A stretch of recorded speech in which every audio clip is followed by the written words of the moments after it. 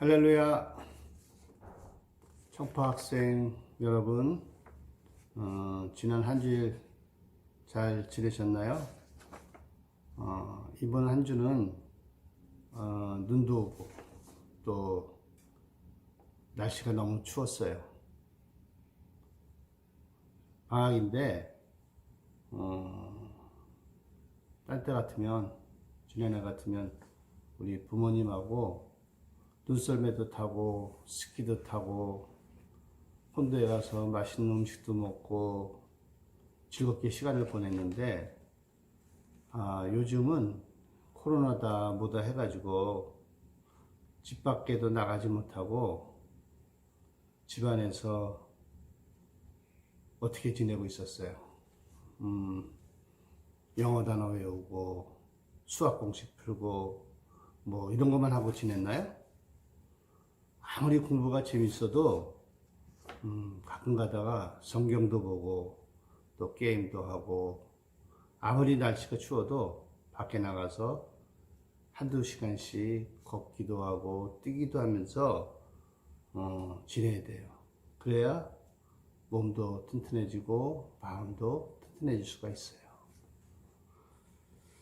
선생님도 코로나 때문에 어디 갈 데가 없어요. 누가 오라는 데도 없고 누굴 오라 그럴 수도 없고 그래요. 자, 그래서 어떻게 했냐면 하루에 한 2시간씩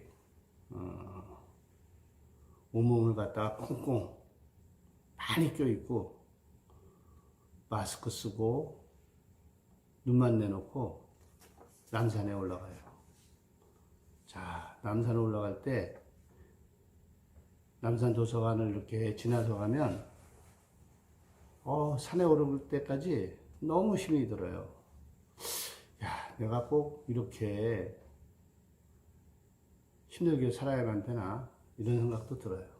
하지만 이제 남산에 올라가서 맑은 공기 마시고 또 이렇게 내려다봐요. 서울 시내를 내려다보면 청파동도 보이고 홍원동도 보이고 또 저쪽으로 상도동도 보여요. 근데 안산은 안 보여요.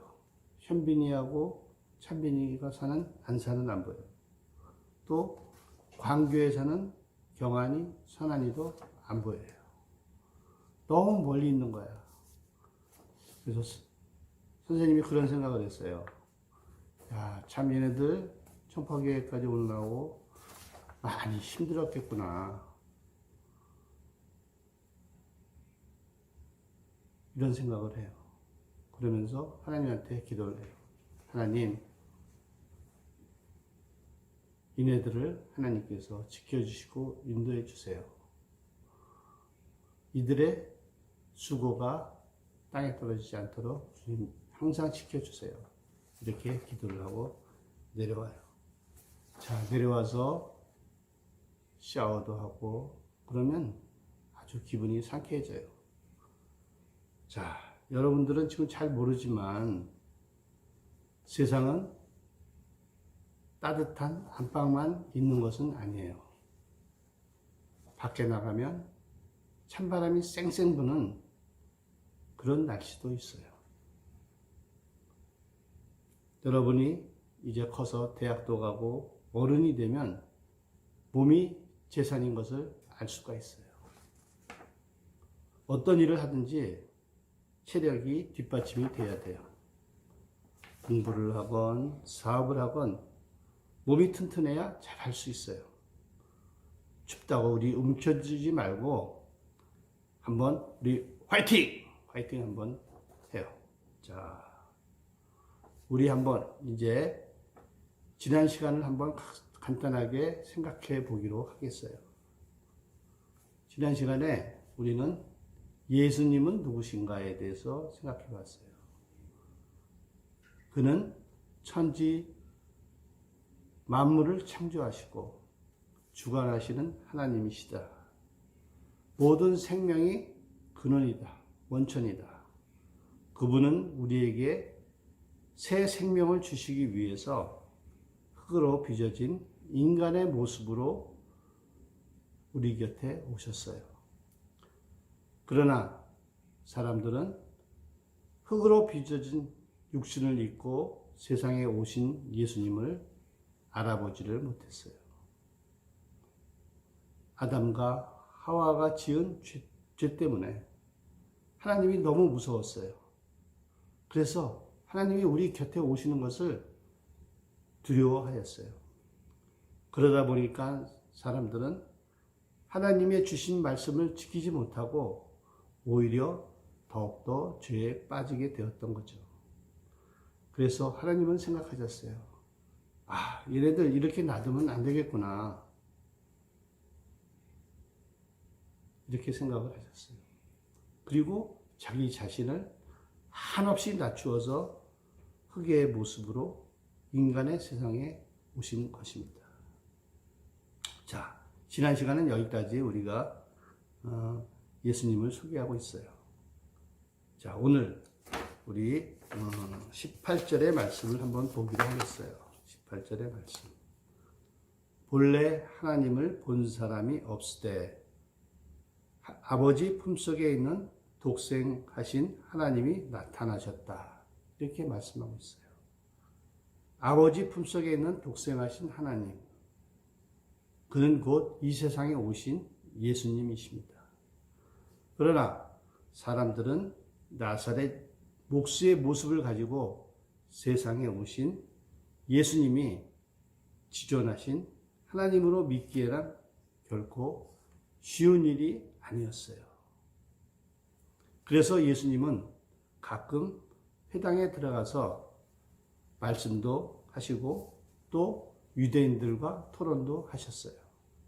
자, 유대인들이 누구예요? 유대인들은 모세 오경을 어려서부터 달달달달 외우는 사람들이에요. 이런 사람들이 볼 때, 예수님을 볼 때 별로 공부한 것도 없고 나사렛이라는 작은 마을에 사는 목수라는 사람이 자기네한테 와서 하나님에 관한 말씀을 하시는 거예요. 말씀을 들어보니까 다 맞는 얘기인데 이 유대인들은 그 말씀을 들으면서 너무 자존심이 상했어요. 기분이 안 좋았어요. 왜? 별로 배운 것도 없는, 성경 지식도 없는 사람이 와서 이렇게 말하니까 너무나 기분이 안 좋은 거예요. 자, 그런데 거기다 한술 더 떠서 예수님이 또 이렇게 말씀을 하시는 거예요. 요한복음 8장 56절에 너희 조상 아브라함이 나의 때를 볼 것을 즐거워하다가 보고 기뻐하였느니라. 참 이해하기 힘든 말씀이죠.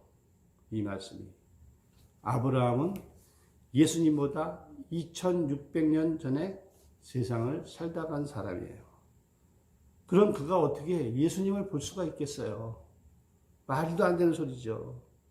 유대인들은 도무지 이해할 수가 없어서 예수님에게 따지고 대들었어요. 요한복음 8장 57절. 야, 네가 50도 안 되었는데 아브라함을 보았다고 말하느냐? 이렇게 얘기를 했어요. 자, 아브라함이 누구예요? 창세기에 나오는 유대인들의 믿음의 조상이에요. 그러자 예수님의 대답은 더욱더 기가 막혔어요. 요한복음 5장 58절. 진실로 너에게 이르노니 아브라함이 나기 전에 내가 있었느니라. 이렇게 말씀하셨어요. 우리야 예수님이 하나님이신 것을 알고 있기에 예수님이 하신 말씀이 당연하다고 생각했지만 유대인들은 모르기 때문에 달랐어요. 이 말을 들은 유대인들은 너무나 격분을 해서 돌을 들고 예수님을 치려고 달려들었어요. 요한복음을 우리가 주위에서 읽어보면 죽인다는 말이 얼마나 자주 나오는지 몰라요. 그만큼 육신을 입고 오신 하나님과 유대인들 사이에는 살벌한 긴장감이 팽배하여 있었어요. 예수님을 따르는 두 종류의 사람이 있습니다. 요한복음을 우리가 읽다 보면 등장하는 사람들이 두 부류인 것을 우리는 볼 수가 있어요. 3년을 예수님을 따라다니면서 기적과 이적, 표적을 보면서도 예수님을 초라한 목수 이상으로 보지 못하는 사람. 그래서 예수님을 은 30냥에 팔아버린 제자들, 가룟 유다, 이런 사람들이 있는 반면에 예수님을 보자마자 그분에게서 하나님을 보는 사람, 마른 땅에 나온 줄기처럼 초라해 보이는 그의 모습 뒤에 감추어진 하나님의 영광을 본 사람, 주는 나의 하나님이십니다 고백하는 사마리아의 여인처럼 독생자의 영광을 본 사람만이 하나님의 자녀가 되는 권세를 받는 것입니다. 요한복음 1장 12절 영접하는 자, 곧 그 이름을 믿는 자에게는 하나님의 자녀가 되는 권세를 주셨다고 하셨어요. 우리가 수십 년을 교회를 다녀도 예수님을 영접하지 못하면 우리는 하나님의 자녀가 될 수 없어요. 우리가 학교에서 배울 때 예수를 어떻게 가르쳤어요? 마음의 공자, 부처같이 성인이다, 이렇게 배웠어요. 그래서 예수님이 성인이라고 생각하는 사람, 하나님이 아니고 성인이라고 생각, 이런 사람은 하나님의 자녀가 될 수가 없어요. 영국 브리테니카 사전에 유니우스라는 사람이 나와요. 우리에게는 생소한 사람이지만 백과사전에 상당한 지면을 할애해서 다루고 있다면 그는 대단한 사람일 거예요. 17세기에 살았던 사람으로 목사이자 고전학자, 영국 최고의 대학 옥스퍼드 대학에서 교수를 지낸 사람입니다. 그의 아버지도 목사였어요. 아버지도 대단한 사람이에요. 기독교 백과사전에 나올 정도면 탁월한 인물이었을 것입니다. 우리는 흔히 믿음 좋은 목사나 장로 가정에서 자란 자녀는 어려서부터 믿음이 참 좋을 것으로 생각하지만 그렇게 믿음 좋은 자녀를 보기도 쉽지 않고 오히려 더 삐뚤어지는 경우도 많이 볼 수가 있어요. 저도 친구 중에 목사 아들이 있었어요. 삼형제가 다 어려서부터 문제가 많았어요. 이제 지금은 모두 하나님을 잘 섬겨서 장로도 되고 목사도 되고 잘 하나님을 섬기고 있지만 어려서부터 목사 아들이라는 데에 대한 스트레스가 굉장했던 것 같아요. 사람들은 그냥 쉬운 말로 야, 목사 아들이 잘해야지, 장로 아들이 잘해야지, 이게 뭐야, 이렇게 말하지만 어렸을 때 그런 얘기는 그들에게 커다란 스트레스가 돼서 돌아오는 거예요. 자, 이 유니우스도 머리가 커가면서 고등학문을 배우면서 점점 믿음에서 떠나 신앙생활을 포기하는 지경까지 이르렀어요. 그의 아버지는 그 아들을 놓고 늘 마음속에 기도를 했어요. 그러나 결코 강압적으로 너 똑바로 못해? 기도생활 그렇게밖에 못해? 이렇게 욱박지르지는 않았어요. 기도하는 중에 한 가지 묘안이 생각났어요. 하나님께서 지혜를 주셨어요, 목사님에게. 자기 아들이 가끔 자기 서재에 들러 책을 읽곤 하는데 그곳에다 신약 성경을 가져다 놓았어요. 어느 날 아버지가 없을 때 유니우스가 서재에 들어가서 이 성경을 보았어요. 요한복음 1장 1절 In the beginning was the Word, and the Word was with God, and the Word was with God. 말씀을 보는 순간 이미 대학에서 철학과 논리학을 배웠기 때문에 논중의 구조가 잘 정리된 예리한 눈이 유니스에게 있었어요. 와, 이거 대단한데 간결하면서도 힘이 있고 군더더기도 없는 핵심을 때리는 3단계 논증을 하고 있구나 생각하면서 자신도 모르게 감탄하였어요.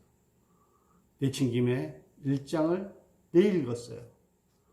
예수님이 나의 하나님 되심을 내가 이제 믿겠습니다. 기도했어요. 그랬더니 그 순간 말할 수 없는 평안이 그의 마음을 지배하며 불안하고 초조했던 마음이 평화가 찾아왔어요. 이 체험을 계기로 유니우스는 신학을 공부하여 목사가 되었고 옥스퍼드 대학교 교수가 되었습니다. 그가 역사에 이름을 남긴 업적은 성경 원문을 필사한 사본이 참 많이 있어요. 그 가운데 어느 것이 하나님의 계시와 영감으로 받아 쓰여진 것인지 구별해내는 기초 작업을 하였던 것입니다. 얼마나 대단한 일을 하였어요. 하나님께로부터 난 사람은 예수님의 초라한 모습에서도 하나님을 봅니다. 주여, 주님의 영광을 보여 주시옵소서. 내 눈을 열어 하나님의 영광을 다시 보여 주시옵소서. 주님의 영광을 보는 사람은 세상의 어떤 기쁨이나 행복에도 마음이 쉽게 빼앗기지 않습니다. 왜? 세상의 어떤 즐거움도 예수님보다 클 수가 없기 때문입니다. 하나님의 영광을 보는 순간 그분 앞에 무릎을 꿇고 나의 삶을 주님 앞에 기쁨으로 드릴 수 있는 저와 여러분이 되기를 간절히 소원합니다. 기도하겠습니다. 예수님, 당신은 나의 하나님이십니다. 이제 나의 모든 것을 다 주님께 맡겨 드립니다. 주님, 나의 삶을 주관하여 주시옵소서. 예수님의 이름으로 감사하며 기도를 싸움나이다. 아멘. 우리 이제 다음 시간에는 영광을 본다라는 제목으로 우리 하나님의 말씀을 생각해 보기로 하겠어요. 요한복음 1장 14절에서 18절까지 말씀입니다. 우리는 흔히 본다 하면 우리 두 눈을 가지고 살피는 것을 먼저 떠올릴 것입니다. 그러나 육신의 눈으로는 볼 수 없는 영광, 우리는 어떻게 해야 이 영광을 볼 수 있을까요? 다음 시간을 기대해 주시기를 바랍니다. 자, 그러면 오늘 말씀을 여기까지 하겠습니다. 아멘, 할렐루야.